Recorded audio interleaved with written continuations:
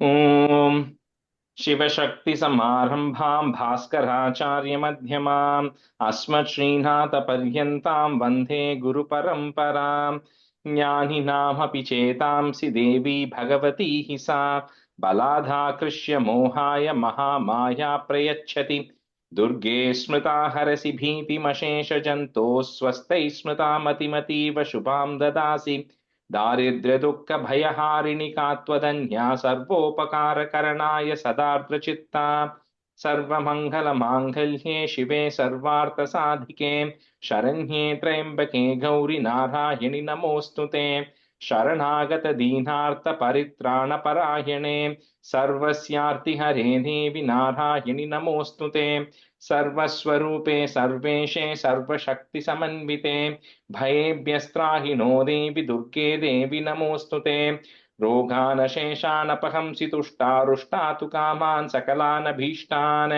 त्वामाश्रितानां न विपन्नराणां त्वामाश्रिताः ह्याश्रयतां प्रयान्ति सर्वबाधाप्रशमनं त्रैलोक्यस्याखिलेश्वरि एवमेव त्वया कार्यमस्मद्वैरि विनाशनम् ॐ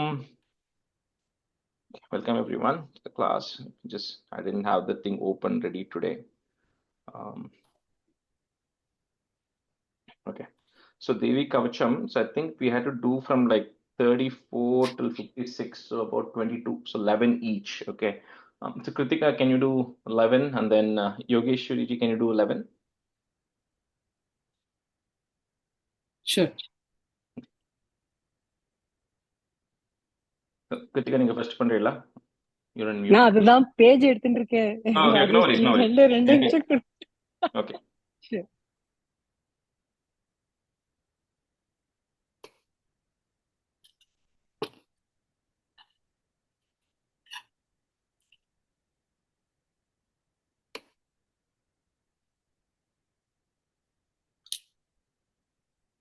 Practice along is fine, but தனியா சொல்லும்போது ரொம்ப okay, I'll do my best. You can go first, Yogeshwari, and start with 34 if you're ready. 34 to 45. Yeah.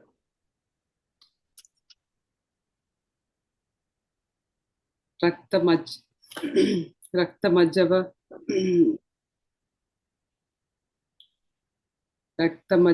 समास You need the tune. Raktamajjavasamansan.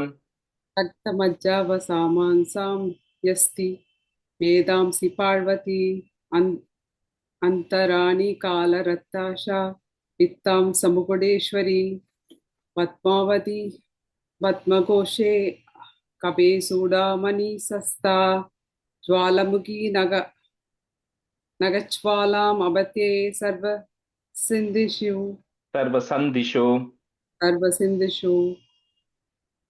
शुक्रां ब्रह्माणि मे रक्षेच्छयां चतुरेश्वरी तथा अहंकारं मनोबुद्धिं रक्षं मे धर्मतारिणी रक्षेन में sorry Minu screen share irukku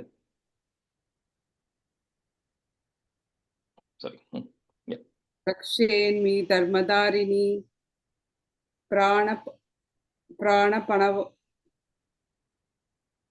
प्राणपौन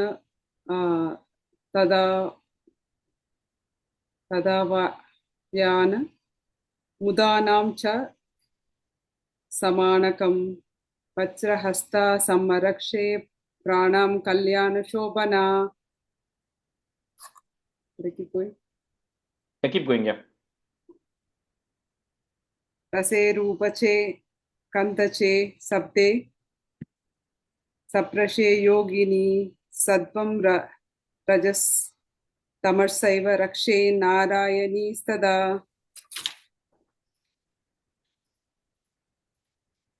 आयु रक्षद वाराही धर्मं रक्षद वैष्णवी यशान कृतिं च लक्ष्मी च धनं विद्यां चक्रिणी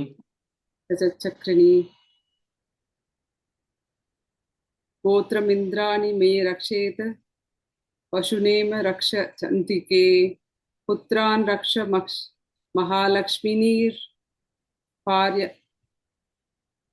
भार्यां रक्षतु भैरवी वन्दानां सुपथ रक्षे मार्गं क्षेमगरि तथा रजत्वारे महालक्ष्मीर्विजय सर्वदा सर्वसिद्धता.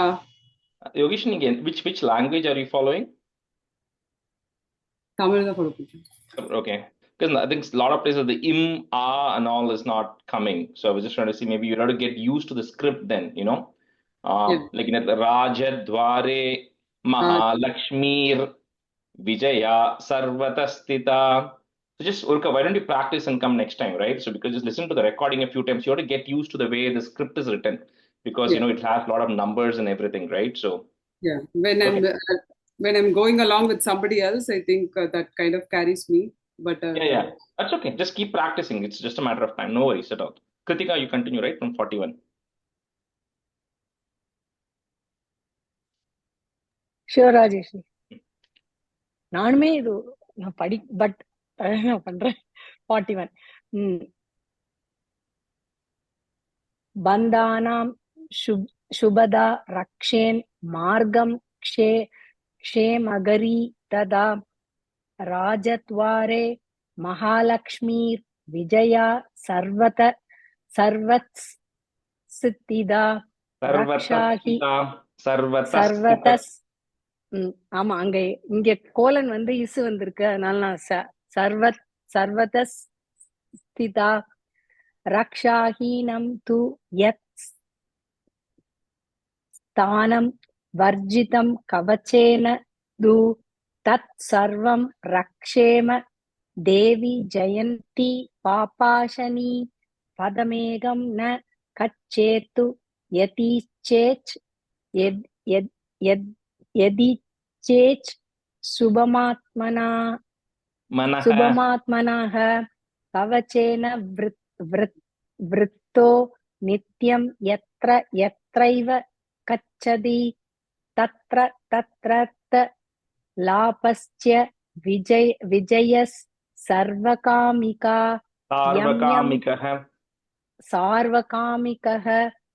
யம் யம் சிந்த்யதே காமம் தம் தம் பிராப்னோதி நிச்சிதம் பரமைஸ்வர்ய மதுலம் பிராப்ஸ்யதே பூதலே பூமான் நிர்பயோ ஜயதே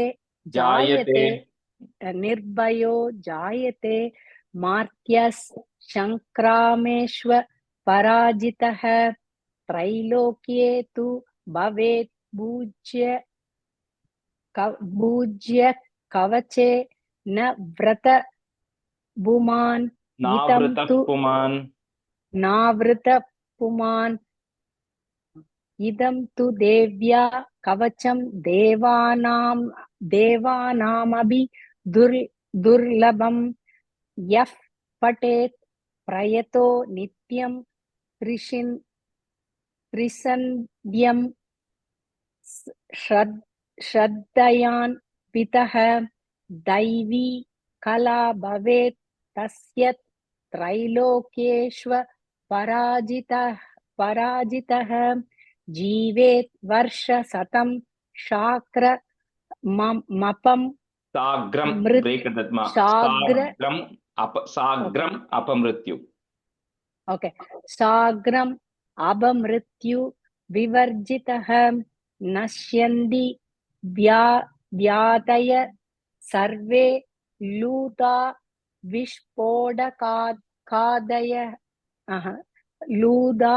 விஸ்போடகாதயः ஸ்தாவரம் ஜங்கமம் சைவ கிருத்ரிம் சபி யத்விஷம் அபிசாராணி சர்வாணி மந்த்ரயந்த்ராணி பூதலே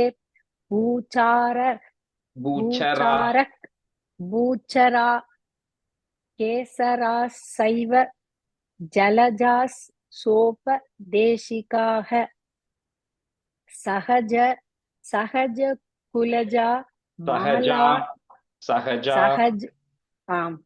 சஹஜா குலஜா மாலா டாகினி सागीनी तदा अंतरिक्ष चरा कोरा टागिन्यश्च महापलाः ग्रहभूत पिशाचाश्च यक्ष गन्धर्व राक्षसाः ब्रह्म राक्षस वेतलाः कुष्माण्डा भैरवादयाः कुष्माण्डा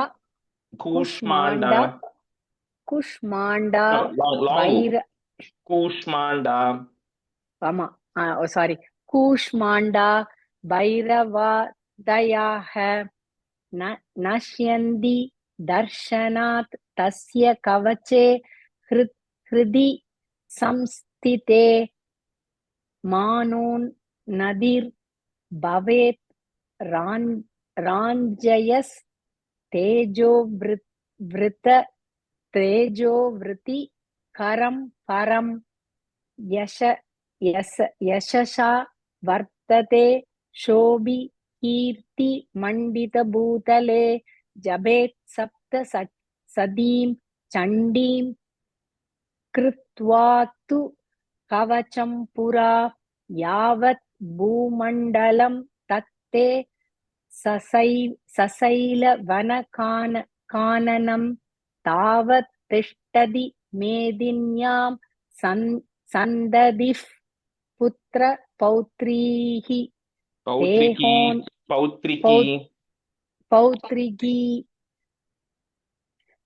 देहान्ते परमं स्थानं यत्सुरैरपि दुर्लभं प्राप्नोति पुरुषो नित्यं महामाया प्रसादतः लभते परमं रूपं शिवेन सहमोदते. Okay. All right, very good. So let's continue with the class. So today, Minu, you can be student first half, and then Tulsi, you can be student first half. So I think the Argala Stotram, we kind of finished up to 4. So we'll start from number 5. So Rakta Bija Vade Devi, short E, Chanda Munda Vinashini, Rupam Dehi, Jayam Dehi, Yasho Dehi, Disho Dehi. So here, like we said last time, it spoke about, the one who gets rid of Mahishasura, one who gets rid of Madhu and Kaitaba. Madhu Kaitaba comes in the first chapter. Mahishasura comes in chapters 2 and 3. So here, Rakta Bija will come in the second chapter 8, and then Chanda and Munda will come in chapter 9. Rakta Bija Vade Devi Chanda Munda Vinashini. Rupam dehi jayam dehi yasho dehi tvisho jahi. 2 times solnuma. 2 times. Okay. Rakta bija vade devi chanda munda vinashini. Rupam dehi jayam dehi yasho dehi tvisho jahi. Rakta bija vade devi chanda munda vinashini. Rakta bija vade devi chanda munda vinashini. Rupam dehi jayam dehi yasho dehi dvisho jahi. Jahi, you are stretching at the end. And the last second line, Jahi, you are stretching at the very end. Everything else you are doing short E. The Jahi is also short. Okay. Rakta bija vade devi chanda munda vinashini. Rupam dehi jayam dehi yasho dehi tvisho jahi. Rakta bija vade devi chanda munda vinashini. Rupam dehi jayam dehi yasho dehi tvisho jahi. Tulsi, you are stretching all the E's. You are saying Devi, Jahi. So like I said, you have to say the next word immediately after that, right? Sure. Rakta bija vade devi. So just when you take it down a notch, that V when you're saying it, you take it down. Devi Chandamunda Vinashini. Then you will not stretch that E. Got it. Okay. I'll just do one. Do one. Just wanted to make sure that I'm doing. Yeah. Rakta bija vade devi Chandamunda vinashini. Rupam dehi jayam dehi yasho dehi tvisho jahi. Correct. You said it correctly, but you're still leaving a pause after that E, which means there's a chance you will make a mistake next time. Okay, so try to avoid that gap between the V and the next word, okay, if you can. शुम्भस्यैव निशुम्भस्य धूम्राक्षस्य च Mardini Rupam Dehi Jayam Dehi. So again, he says now the one who got rid of Shumbha Nishumbha, the one who destroyed Shumbha Nishumba. So Nishumba Vadam will come in 9, Shumbha will come in 10. So salutations to you. Please bestow on me Rupam, Yasho, and Yashas and get rid of my enemies. Shumbhasyaiva Nishumbhasya Dhumrakshasya cha Mardini Rupam Dehi Jayam Dehi Yasho Dehi Dvisho Jahi. शुम्भस्यैव निशुम्भस्य धूम्राक्ष्य च मर्दिनि रूपं देहि जयं देहि यशो देहि द्विषो जहि शुम्भस्यैव निशुम्भस्य धूम्राक्षस्य च मर्दिनि रूपं देहि जयं देहि यशो देहि द्विषो जहि शुम्भस्यैव निशुम्भस्य धूम्राक्षस्य च मर्दिनि रूपं देहि जयं देहि यशो देहि द्विषो जहि शुम्भस्यैव निशुम्भस्य धूम्राक्षस्य च मर्दिनि रूपं देहि जयं देहि यशो देहि द्विषो जहि Vanditangri Yuge Devi Sarva Saubhagya Dayini. So it says, O Devi, the one who bestows Sarva Saubhagyam, the one who actually bestows all welfare and good fortune on everyone, and whose Angri Yuge, whose feet is worshipped by everybody else. Whoever falls on your feet, you want to bestow, who you bestow auspicious on everybody else. Vanditangri Yuge Devi Sarva Saubhagyadayini Rupam Dehi Jayam Dehi Yasho Dehi Dvisho Jahi. वन्दिताङ्घ्रियुगे देवि सर्वसौभाग्यदायिनि रूपं देहि जयं देहि यशो देहि द्विषो जहि वन्दिताङ्घ्रियुगे देवि सर्वसौभाग्यदायिनि रूपं देहि जयं देहि यशो देहि द्विषो जहि वन्दिताङ्घ्रियुगे देवि सर्वसौभाग्यदायिनी रूपं देहि जयं देहि यशो देहि द्विषो जहि Dayini, short E. Okay. वन्दिताङ्घ्रियुगे देवि सर्वसौभाग्यदायिनि रूपं देहि जयं देहि यशो देहि द्विषो जहि Achintya Rupa Charite Sarva Shatru Vinashini, short E again. So Chintya means one you are able to imagine, you are able to comprehend. So you are Achintya. So he says the one whose form and whose acts, the charita and what you do and your form is incomprehensible. We cannot even imagine what that is. So that person who also gets rid of all of my enemies, Sarva Shatru Vinashini. Achintya Rupa Charite Sarva Shatru Vinashini Rupam Dehi Jayam Dehi Yasho Dehi Dvisho Jahi. अचिन्त्यरूपचरिते सर्वशत्रुविनाशिनि रूपं देहि जयं देहि यशो देहि द्विषो जहि अचिन्त्यरूपचरिते सर्वशत्रुविनाशिनि रूपं देहि जयं देहि यशो देहि द्विषो जहि अचिन्त्यरूपचरिते सर्वशत्रुविनाशिनि रूपं देहि जयं देहि यशो देहि द्विषो जहि अचिन्त्यरूपचरिते सर्वशत्रुविनाशिनि रूपं देहि जयं देहि यशो देहि द्विषो जहि Natebhyaha is that put a is to join. Natebhyas Sarvada Bhaktya Chandike Duritapahe. This is no Chandika, which is also another Devi's name. Chandika, main personality, Chandika, whom all of the people who actually the devotees who bow with devotion, you bless him and also keep the devotees away from Durita, from all the bad things and prevent them from committing more sins. Whoever is surrendering to you, to that Devi, salutations. Natebhyas sarvada bhaktya chandike duritapahe रूपं देहि जयं देहि यशो देहि द्विषो जहि न तेभ्यः सर्वदा भक्त्या चण्डिके दुरितापहे रूपं देहि जयं देहि यशो देहि द्विषो जहि न तेभ्यः सर्वदा भक्त्या चण्डिके दुरितापहे रूपं देहि जयं देहि यशो देहि द्विषो जहि जहि. Okay, first time you stressed it a little, but that's okay. न तेभ्यः सर्वदा भक्त्या चण्डिके दुरितापहे रूपं देहि जयं देहि यशो देहि द्विषो जहि न तेभ्यः सर्वदा भक्त्या चण्डिके दुरितापहे रूपं देहि जयं देहि यशो देहि द्विषोजहि स्तुवद्भ्यो भक्ति पूर्वं त्वां Chandike Vyadhi Nashini. Again, short is everywhere.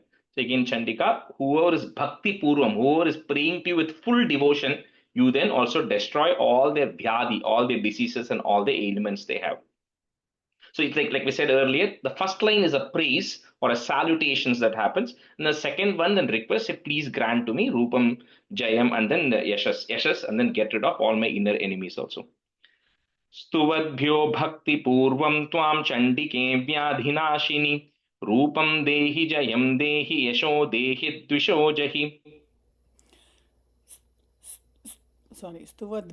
स्तुवद्भ्यो भक्तिपूर्वं त्वां चण्डिके व्याधिनाशिनि रूपं देहि जयं देहि यशो देहि द्विषो जहि. स्तुवद्भ्यो भक्तिपूर्वं त्वां चण्डिके व्याधिनाशिनि रूपं देहि जयं देहि यशो देहि द्विषो जहि. Ajish, could you repeat the stuva? That word? Yeah, stuvadbhyo. Stuvadbhyo, okay. Id and bhyo. Stuvadbhyo. स्तुवत्यो भक्तिपूर्वं त्वां चण्डिके व्याधिनाशिनि रूपं देहि जयं देहि यशो देहि द्विषो जहि स्तुवत्यो भक्तिपूर्वं त्वां चण्डिके व्याधिनाशिनि रूपं देहि जयं देहि यशो देहि द्विषो जहि. Chandike satatam ye twam. So that ma that is there, it is easy to break it in im first.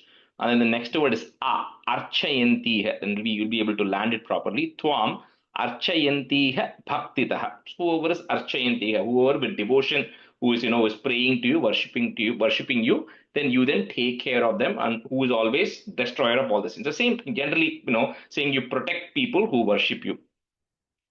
चण्डिके सततं ये त्वाम् अर्चयन्तीह भक्तितः रूपं देहि जयं देहि यशो देहि द्विषो जहि.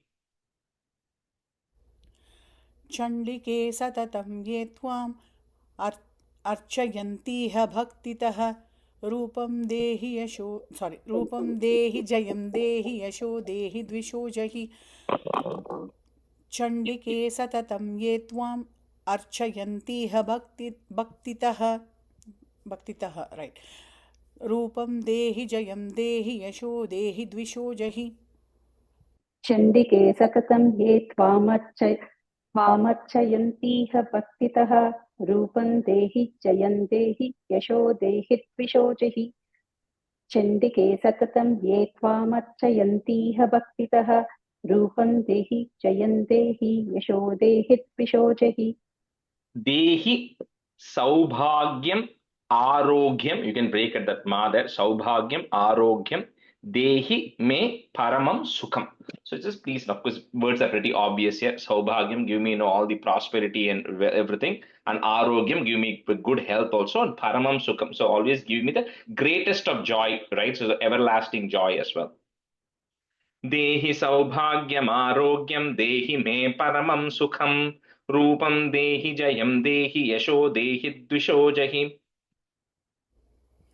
देहि सौभाग्यमारोग्यं देहि मे परमं सुखं रूपं देहि जयं देहि यशो देहि द्विषो जहि. देहि सौभाग्यमारोग्यं देहि मे परमं सुखं रूपं देहि जयं देहि यशो देहि द्विषो जहि.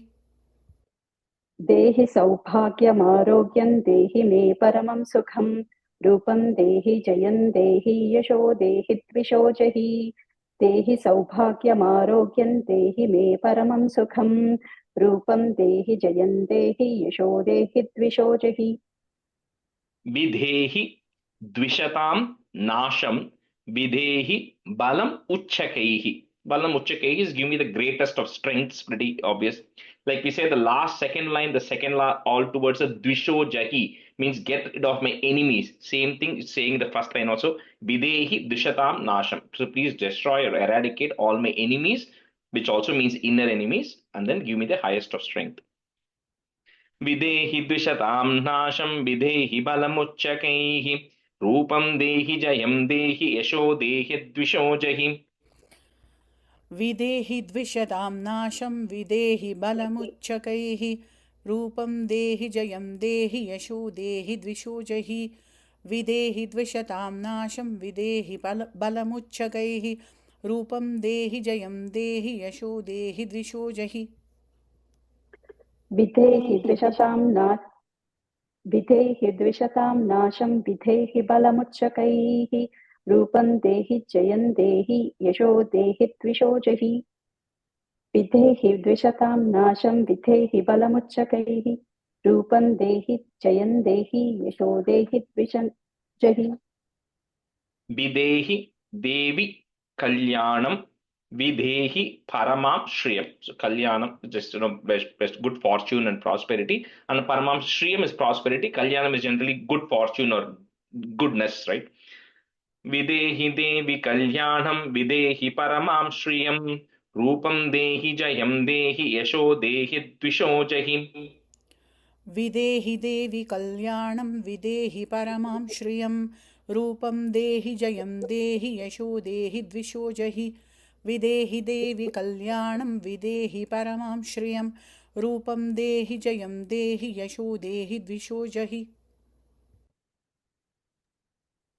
विधेहि देवि कल्याणं विधेहि परमां श्रियं रूपं देहि जयं देहि यशो देहि द्विषो जहि विधेहि देवि कल्याणं विधेहि परमां श्रियं रूपं देहि जयं देहि यशो देहि द्विषो जहि jahi. Last jahi, okay, stretching it a little bit.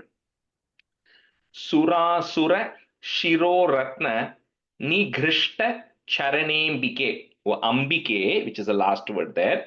Sura and Asura. So both the gods and the Asuras. So whose feet touch your, or whose heads touch your feet, right? So the gods actually bow to the Devi, so their feet is actually touching who their heads are touching the Devi's feet, while the Asuras also their head is touching the feet, but then the Devi's feet is on top of the heads, right? Where she's getting rid of the Asuras. So to that Devi, Rupam Dehi. Surasura Shiro Ratna Nigrishta Charanembike Rupam Dehi Jayam Dehi Yasho Dehi Dvisho Jahi सुरासुरशिरो रत्ननिगृष्टचरणेऽम्बिके रूपं देहि जयं देहि यशो देहि द्विषो जहि सुरासुरशिरो रत्ननिगृष्टचरणेऽम्बिके रूपं देहि जयं देहि यशो देहि द्विषो जहि सुरासुरशिरो रत्ननिकृष्टचरणेऽम्बिके रूपं देहि जयं देहि यशो देहि द्विषो जहि सुरासुरशिरो रत्ननिकृष्टचरणेऽम्बिके रूपं देहि जयं देहि यशो देहि द्विषो जहि Vidyavantam Yashasvantam Lakshmivantam Janam Kuru. Again, this is a short u, not Kuru. Do not know how to stretch it there. So Kuru, short one there. So Vidyavantam is give me full knowledge, abundance of knowledge. Then give me the lot of make me full with glory, which is Yashas, and Lakshmi is of course prosperity, right? And then Janam Kuru. Please give me all of those. विद्यावन्तं यशस्वन्तं लक्ष्मीवन्तं जनं कुरु रूपं देहि जयं देहि यशो देहि द्विषो जहि विद्यावन्तं यशस्वन्तं लक्ष्मीवन्तं जनं कुरु रूपं देहि जयं देहि यशो देहि द्विषो जहि विद्यावन्तं यशस्वन्तं लक्ष्मीवन्तं जनं कुरु रूपं देहि जयं देहि यशो देहि द्विषो जहि विद्यावन्तं यशस्वन्तं लक्ष्मीवन्तं जनं कुरु रूपं देहि जयं देहि यशो देहि द्विषो जहि विद्यावन्तं यशस्वन्तं लक्ष्मीवन्तं जनं कुरु रूपं देहि जयं देहि यशो देहि द्विषो जहि प्रचंड दैत्य दर्पघ्ने Chandike Pranatayame. So I'm bowing to I'm prostrating to the Chandika, who then Daitya Dharpakne, with the Daitya, which are the Asuras, the terrible demons, who have a lot of pride. You completely destroy or eliminate their pride.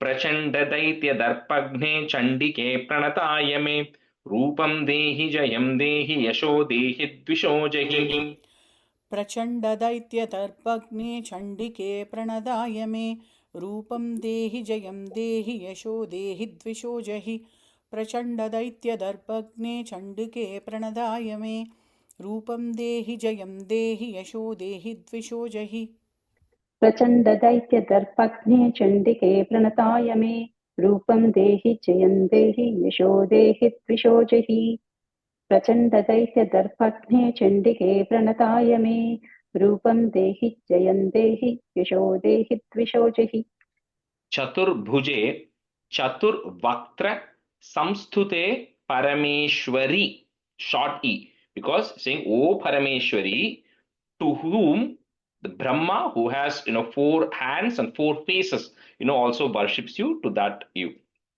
Just one time. Next, we'll finish this in the next 5-6 minutes. चतुर्भुजे चतुर्वक्त्र संस्तुते परमेश्वरि रूपं देहि जयं देहि यशो देहि द्विषो जहि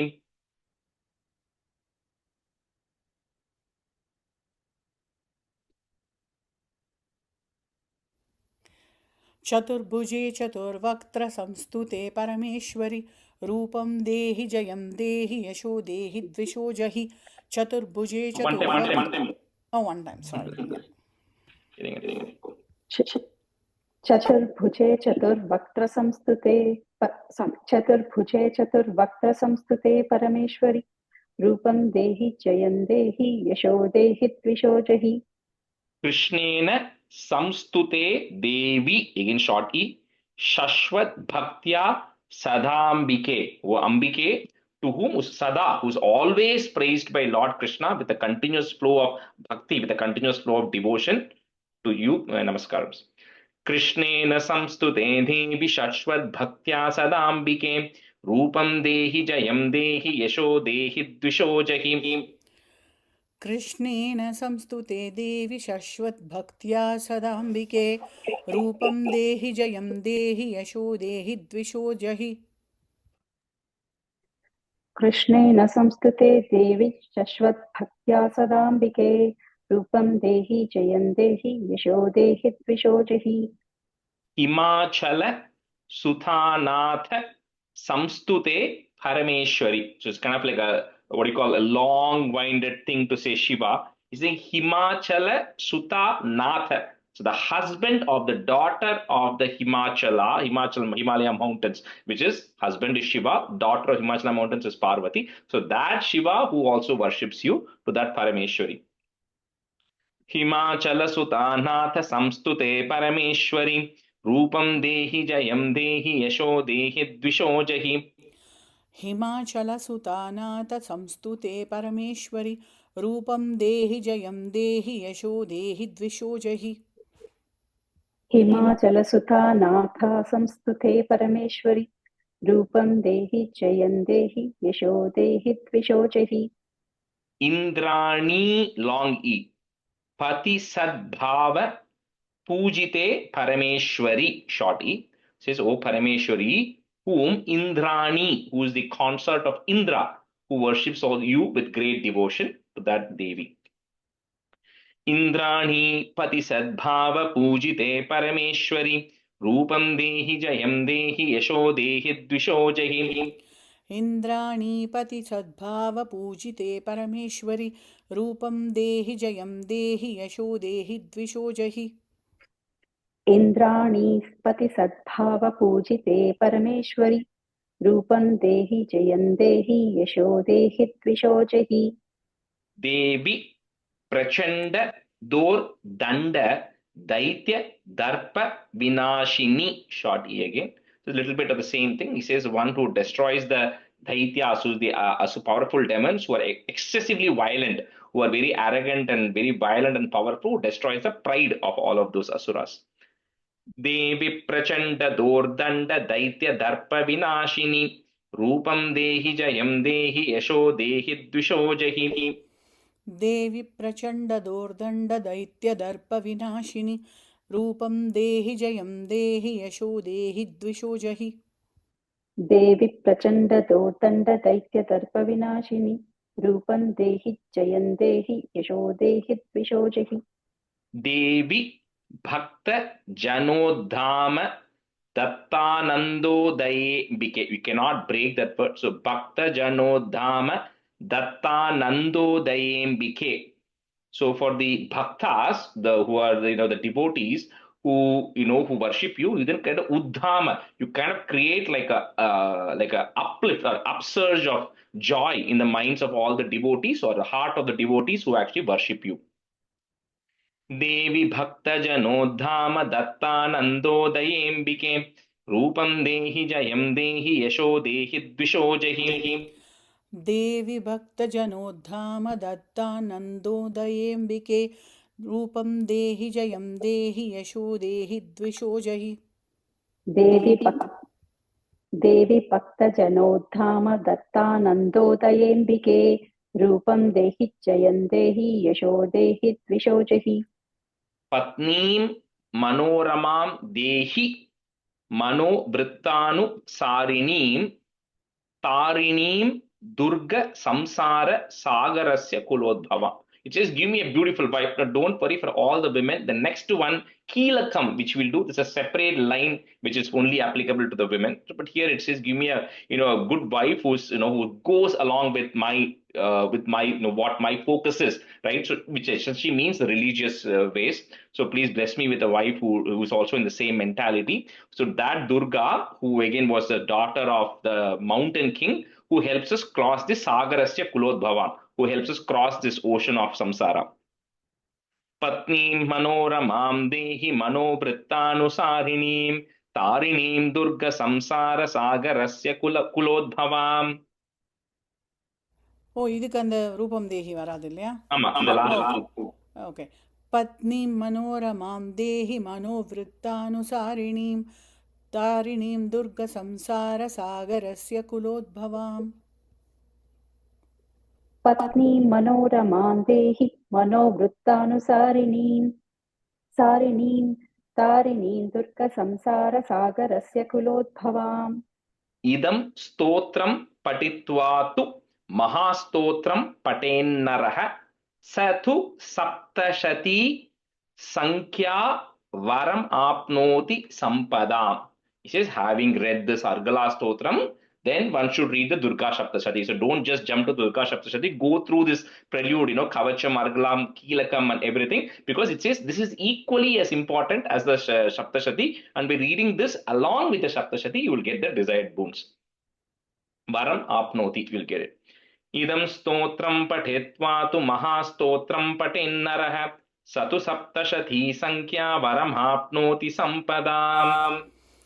इदं स्तोत्रं पठित्वा तु महास्तोत्रं पठेन्नरः स तु सप्तशतीसङ्ख्या वरमाप्नोति सम्पदाम्.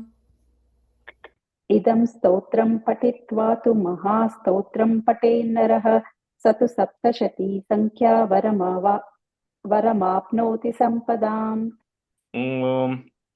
Okay, we'll switch. Sorry, we're a couple minutes off the point. Ramya is here today or no? Oh, yeah, she's gone to school. Okay. You can be a student today, and then Shanti, you can be a student. Okay, so next we'll go to Keelakam, so which is the one of the the three angams, Kavacham, Argalam, Keelakam. That's the third one in that kind of list.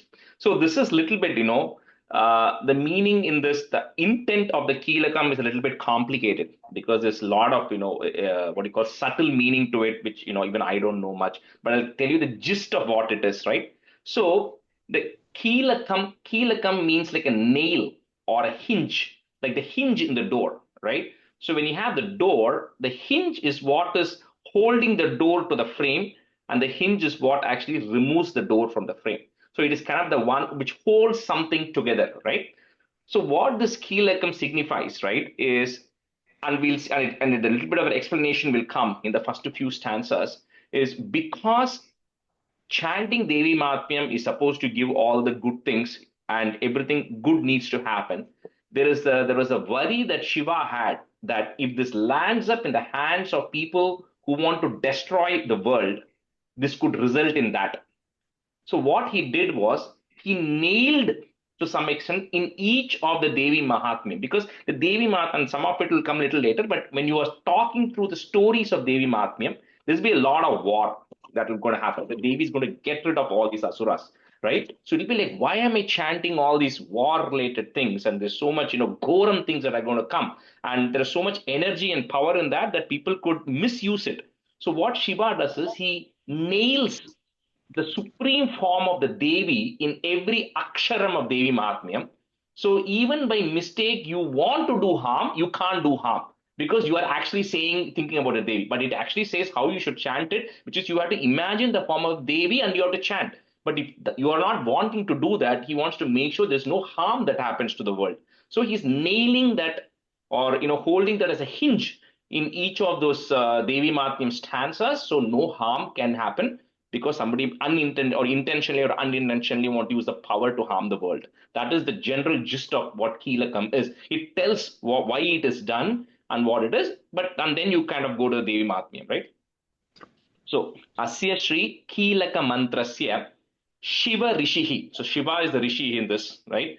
Anushtuk Chandaha Shri Mahasaraswati Devata. So, first we had, the Durga, Kali, then it was Lakshmi, and then this is Saraswati. Kavacham, Argalam, and Keelakam.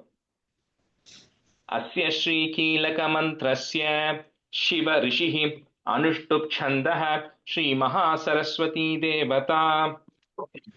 Asya Shri Keelaka Mantrasya Shiva Rishihi Anushtup Chandah Shri Mahasaraswati Devata. Asya Shri Keelaka Mantrasya Shiva Rishihi Anushtup Chandah Shri Mahasaraswati Devata. Om Asya Shri Keelamantrasya Shiva Rishihi Anushtup Chandah Shri Mahasaraswati Devata. It's Keelaka. Om Asya Shri Keelaka Mantrasya Shiva Rishihi Anushtup Chandah Shri Mahasaraswati Devata. Shri Jagadamba Prityartam Saptashati Pathangatvena Jape Vinyogaha. Shri Jagadamba Prityartam Saptashati Pathangatvena Jape Vinyogaha. Shri Jagadamba Prityartham Saptashati Patangatvena Jape Vinyogaha. Shri Jagadamba Prityartham Saptashati Patangatvena Jape Vinyogaha. Shri Jagadamba Prityartham Saptashati Padangatvena Jape Vinyogaha. Shri Jagadamba Prityartham Saptashati Padangatvena Jape Vinyogaha. And the second time you say Jagadamba. Okay. Shri Jagadamba Prityartham Saptashati Padangatvena Jape Vinyogaha. Om Namaschandikayai Markandeyo Vacha Vishuddha Jnana Dehaya Trivedi Divya Chakshushe Shreyaha, put a F, Shreyah Prapti Nimittaya Namaha, put a S, Namas Somardha Dharine. So Markandeya first starts by saying, I'm offering my salutations to that person who is, he's worshipping both Shiva and Devi here. To that Devi who is Vishuddha Jnana Dehaya, who is the absolute consciousness, who is the supreme knowledge, that Devi, and to the one who is Trivedi Divya Chakshushe, who has got the three eyes, which are the three Vedas. And then Namas Somardha Dharine. So here it actually means two things. It could say the one who is bearing the half of Soma, because Soma has two meanings. So when you have Soma as a moon, then the half Soma is crescent moon. The one who has crescent moon is Lord Shiva. Soma also means Shiva. So one who is the half of Shiva could mean Devi also, just Ardhanarishwara. So he's kind of saying one statement, but he's actually praising or doing namaskarams to both Shiva and Devi in one stanza here. Om Namaschandikaye Markandeyo Vacha Vishuddha Jnana Dehaya Trivedi Divya Chakshushe Shreyah Prapti Nimittaya Namas Somardha Dharine. Om Namaschandikaye Markandeyo Vacha Vishuddha Jnana Dehaya Trivedi Divya Chakshushe Shreyah Prapti Nimittaya Namas Somardha Dharine. Om Namaschandikaye Markandeya उवाच विशुद्धज्ञानदेहाय त्रिवेदी दिव्यचक्षुषे श्रेयः प्राप्तिनिमित्ताय नमः सोमार्धधारिणे। ॐ नमः चण्डिकायै मार्कण्डेय उवाच विशुद्धज्ञानदेहाय त्रिवेदी दिव्यचक्षुषे श्रेयः प्राप्तिनिमित्ताय नमः सोमार्धधारिणे। First line, last word, chakshushe. चक्षुषे। ॐ नमः चण्डिकायै मार्कण्डेय उवाच विशुद्धज्ञानदेहाय त्रिवेदी दिव्यचक्षुषे श्रेयः प्राप्तिनिमित्ताय नमः सोमार्धधारिणे। Sarvam etat vijaniyaan mantranam abhikeelakam. You can break it that mantranam abhikeelakam. Sopi kshemam avapnoti satatam japya tatparaha. So it says one who constantly chants this will of course get kshemam, right? Will get tranquility of mind, one who is constantly meditating. But the first line is kind of saying the whole intent of Keelakam, like I said earlier, is you should know that this Keelakam, the nail or the hinge or the, what is pinned onto it in every mantra of Devi Mahatmyam is pinned. The complete supreme consciousness of the Devi is pinned into every mantra of Keelakam. सर्वमेतद्विजानीयान् मन्त्राणाम् अभिकीलकम् सोऽपि क्षेममवाप्नोति सततं जाप्य तत्परः। सर्वमेतद्विजानीयान् मन्त्राणाम् अभिकीलकम् सोऽपि क्षेमम् अवाप्नोति सततं जाप्य तत्परः। सर्वमेतद्विजानीयान् मन्त्राणाम् अभिकीलकम् सोऽपि क्षेममवाप्नोति सततं जाप्य तत्परः। सर्वमेतद्विजानीयान् मन्त्राणामभिकीलकम् सोऽपि क्षेममवाप्नोति सततं जाप्य तत्परः। सर्वमेतद्विजानीयान् मन्त्राणामभिकीलकम् सोऽपि क्षेममवाप्नोति सततं जाप्य तत्परः। Siddhyant uchatanadini. You cannot break it. It's siddhyanti uchatanadini. Uchatana means is complete destruction or eradication of enemies, but in this case it specifically means the blocks and the enemies you have inside your mind, right? So it's complete siddhyant uchatanadini vastuni sakalanyapi. He says, the one who eradicates to the very sakalanapi, to the very root, all the unnecessary hindrances and enemies you have inside of you. Ethena stuvatam devi stotra matrena siddhyati. So whoever worships the Devi through the collection of this hymn of Devi Mahatmyam with lot of dedication and fervor, all the inner enemies will be fully destroyed. सिद्ध्यन्त्युच्चाटनादीनि वस्तूनि सकलान्यपि एतेन स्तुवतां देवी स्तोत्रमात्रेण सिद्ध्यति। सिद्ध्यत्युच्चाटनादीनि वस्तूनि सकलान्यपि एतेन स्तुवतां देवी स्तोत्रमात्रेण सिद्ध्यति। सिद्ध्यत्युच्चाटनादीनि वस्तूनि सकलान्यपि एतेन स्तुवतां देवी स्तोत्रमात्रेण सिद्ध्यति। Ram, the first word siddhyant, double the siddhyant. Siddhyantyuchata. It's two das and a ya. Two das. Siddhyantyuchata. Correct. Because in the first siddh, then dhya. Siddhyantyuchata. Siddhyantyuchata nadini vastuni sakalanyati. Okay. Rajeshji, so the Devi is long E, right? Devi. Yeah. Because it says here, the Devi will destroy all of that stuff. So she's the subject who's doing that. सिद्ध्यन्त्युच्चाटनादीनि वस्तूनि सकलान्यपि एतेन स्तुवतां देवी स्तोत्रमात्रेण सिद्ध्यति। सिद्ध्यन्त्युच्चाटनादीनि वस्तूनि सकलान्यपि येधेनस्तु वदां देवी स्तोत्रमात्रेण सिद्ध्यति न मन्त्रो नौषधं तत्र न किञ्चिदपि विद्यते विना जाप्येन सिद्ध्येत सर्वम् उच्चाटनादिकम्.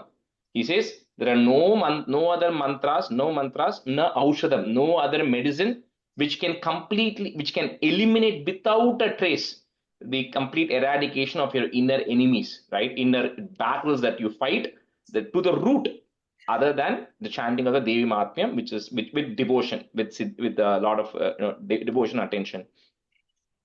न मन्त्रो नौषधं तत्र न किञ्चिदपि विद्यते विना जाप्येन सिद्ध्येत सर्वमुच्चाटनादिकम्.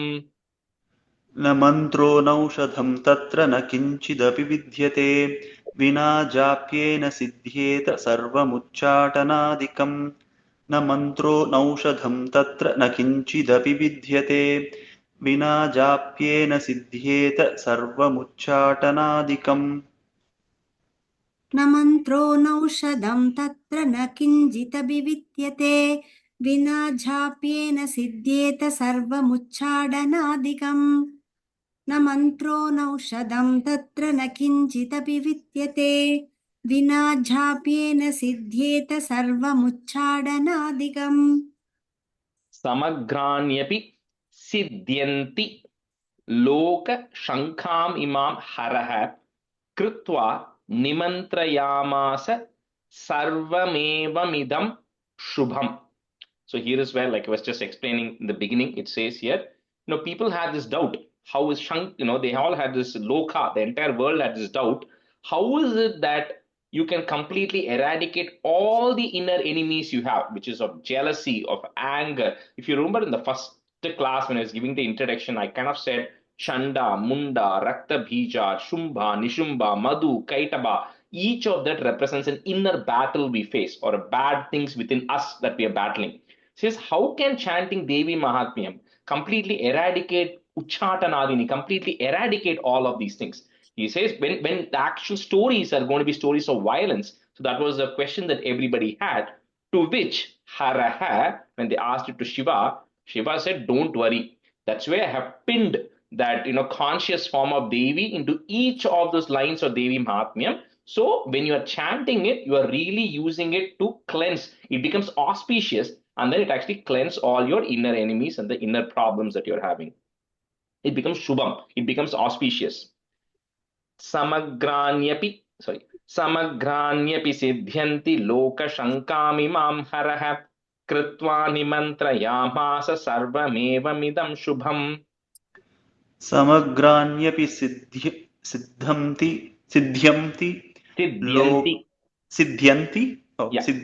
समग्राण्यपि सिद्ध्यन्ति लोकशङ्कामिमां हरः कृत्वा निमन्त्रयामास सर्वमेवमिदं शुभम्. समग्राण्यपि सिद्ध्यन्ति लोकशङ्कामिमां हरः कृत्वा निमन्त्रयामास सर्वमेवमिदं शुभम्. समग्राण्यपि सिद्ध्यन्ति लोकसङ्घामिमां हरः कृत्वा निमन्त्रयामास सर्वमेवमिदं शुभम्. समग्राण्यपि सिद्ध्यन्ति लोकसङ्घामिमां हरः कृत्वा निमन्त्रयामास सर्वमेवमिदं शुभम्. First line, Loka Shanka, Sha sound, okay? लोकशङ्कामिमां हरः. Yeah. Stotram vai Chandikayastu tacha guptam chakara saha samaptir nacha punyasya tam yata vanni some books have mantranam, some books have yantranam. Okay, so depending on which PDF you download from BPA, it will have yantranam or mantranam. So don't worry too much about it. The latest version has yantranam. That's what I saw in one of the groups like last year. So we'll stick to yantranam. Okay, but when you're in a group, some people may say mantranam. So here it says this is Gupta, so the secret. So because that Shiva has made this a secret by nailing this Devi's conscious form in each of this Devi Mahatmyam. So it is auspicious, right? But it is actually held as a guptam. It is held as a secret because of that reason. However, when you're invoking it in the right way by doing, by following this Argalam, the Kavacham, Argalam, Keelakam, Navakshari, and Devi Mahatmyam, you follow and chant it the right way, it will automatically give you the appropriate blessings. Yeah. Stotram vai chandikayastu tacca guptam chakarasah samaptir nacha punyasya tamyatavanniyantranam.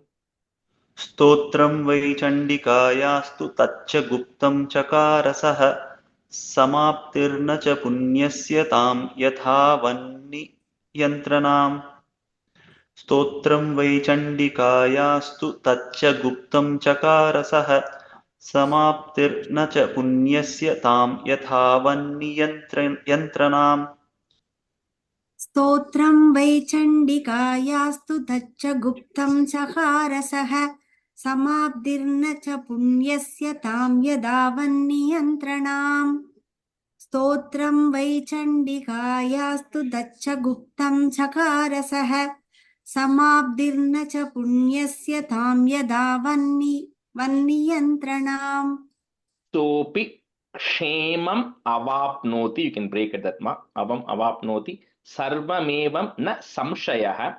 Krishnayam va chaturdashyam.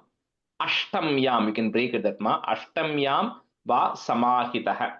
So he says there should be absolutely na samshayah. There should be no doubt that you will actually get peace or tranquility of your mind and all the other benefits and everything which you do. Of course, you can chant it every single day. There's no restriction, right, on which day you have to chant. However, Chaturdashyam and Ashtamyam, on the 8th day, on the Ashtami or Chaturdashi day of Krishna Paksha, which is in the waning moon, on those 2 days, if you chant, it says you get extra benefit, right? Extra benefits by chanting on those 2 days.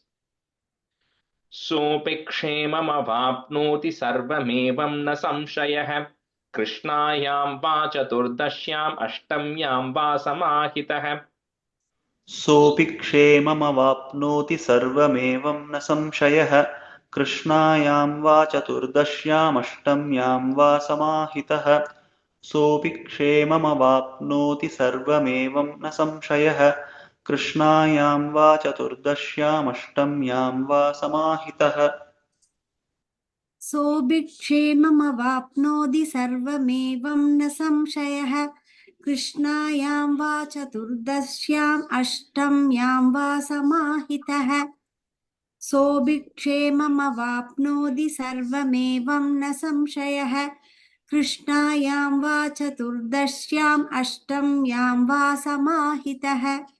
We'll do one more and stop. Dadati prati grinnati nanyathaisha prasidati itham rupena keelena mahadevena keelitam. She says, when you're chanting Devi Mahatmyam, you should of course imagine that full conscious form of Devi in your mind, and then you should completely surrender to her, right? You should completely surrender to her, and then you start chanting, and at that time, when the appropriate time is right, she will then grace you. So this was the intention behind Shiva kind of pinning, this form of Devi behind every mantram of Devi Mahatmyam, is so that you don't just chant it out, as a rote form, but you always imagine surrender to the Devi first, and then you do it. In the end, he'll tell you a little bit. I'll talk about it next class. But the also underpinning reason is if you're not doing it, still it doesn't cause any harm. That's why he's pinning the Devi's form. But the right way to do it is to imagine the form of the Devi, surrender to her, and then do the Devi Mahatmyam. Dadati prati grihnati nanyathaisha prasidati itham rupena keelena mahadevena keelitam. ददाति प्रतिगृह्णाति नान्यथैषा प्रसीदति इत्थं रूपेण कीलेन महादेवेन कीलितम् ददाति प्रतिगृह्णाति नान्यथैषा प्रसीदति इत्थं रूपेण कीलेन महादेवेन कीलितम् ददाति प्रतिगृह्णाति नान्यदैषा प्रसीदति इत्थं रूपेण कीलेन महादेवेन कीलितम् ददाति प्रतिगृह्णाति नान्यदैषा प्रसीदति इत्थं रूपेण कीलेन महादेवेन कीलितम्. Shri Gurubhyo Namaha. Rajesh, ஒரே doubt. நீங்க சொல்லும்பொழுது you said Shiva has said this. அது வந்து அந்த Shiva Rishihin and the first mantra, is that what you are saying there when we say அந்த ஞாச மந்திரம் Shiva Rishihi? ஞாச மந்திரம் போது it will say who is the primary sage for each of these things. Okay. So chalala Vishnu Rishi, Brahma Rishi, Oro Rishi peru. Because this is primarily, Shiva is involved in this, right? That's why this is Shiva Rishi. So he is the one who is telling the core message in this is coming from Shiva. Okay. Okay. Though it is said by Markandeya. Vedavyaso Bhagavan Rishi in Vishnu Sahasranam it comes. Because Vedavyaso is the compiler of that. He is the one who compiled it and who is doing it, right? So that is attributed to him.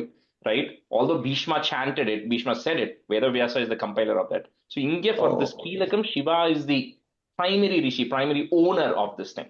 Okay. Okay. Thank you. Bye everyone. Thank you. Thank you. Bye.